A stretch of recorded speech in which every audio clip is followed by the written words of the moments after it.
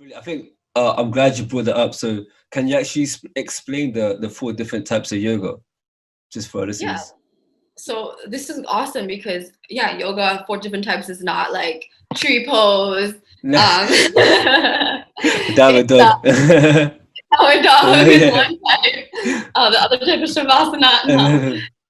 No, it's they're pathways that lead you to Mm, liberation, that lead you to whatever you define as liberation, freedom, and that is according to different personalities. Yoga accepts that we're all built differently and that we yeah. all have different strengths and weaknesses. So these four types are all for all of you, and you can make your own too. So there's the one I mentioned, Bhakti Yoga, which is the path of emotional purification, and it requires like falling in love with something, and that's supposed to be the easiest path because we all just want love, and Mm, if we use that as a way to make us better people, then we're definitely going to reach it in a mm, faster way and in a happier, more fun way because we love being in love. yeah. And the second one is karma yoga, which is the selfless service, and that's about offering your time, your energy for a bigger cause, doing volunteering, doing charities, anything where you're working for something besides your own self profit. Yeah. It's not about money. It's just about it's Offering your it's about services. no reward. Yeah, it's about Yeah. not getting a reward for your action and being so happy to give that fulfills you in itself. So if Perfect. anyone who's more of a workaholic or extroverted needs to like a hands person, like likes to be hands on, that's your path. The third one is Gnana Yoga, which is the path of knowledge, and that's really tricky in this day and age because we Mm, all have really big egos and we think that we're smart, but we're actually not. And so, depending on our own mind to be the source of enlightenment is pretty much impossible. So, mm, definitely not. It's complementary, so it's good that we practice a mix of things and we yeah. do study scriptures and study things of wisdom that give you knowledge. Yeah. And yeah, the last path is Raja Yoga, which is yoga that we all know it, and much more than just asana. There's 8 steps. One of them is asana. The other is meditation. The other Mm. is yam niyama, which is my favorite point, and that's barely ever talked about. So is Dhyana yoga and is Dhyana yoga and Raj yoga the same thing? Yeah, they're the same.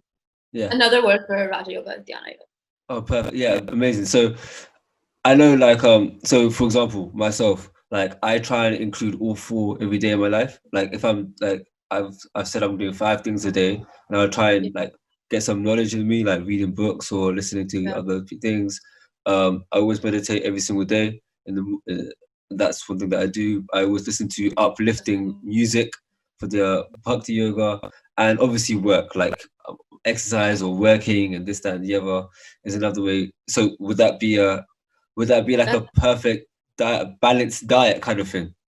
yeah. I definitely think you said it best. It's a perfect balanced diet. Yeah, but I think so. Why do you think people have this fixation of yoga as just stretching, or is that just because of misinterpretation? I'm happy for it, and I'm also like critical of it. So, firstly, I think that spirituality was a foreign concept, and it was only something very predominant in the East. And in the East, there was so much corruption around religion that Mm, people dropped it. So it's just basically foreign to everyone.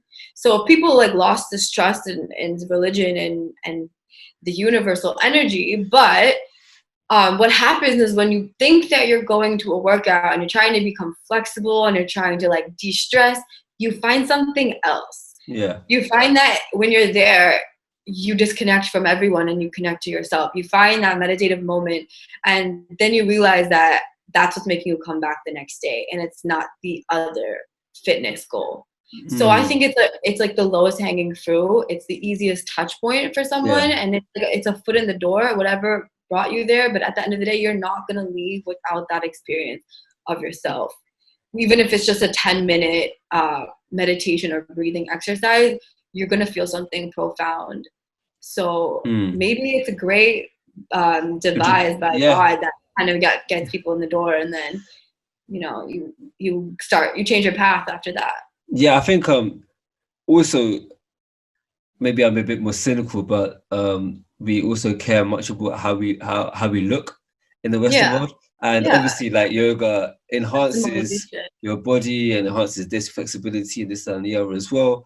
And it has great benefits, but Oh we yeah, we are much more concerned about how pretty we all are. oh So yeah, so that's why I think yoga as well is it's easier to do that than if I just said, all right, everybody meditate for 1 hour.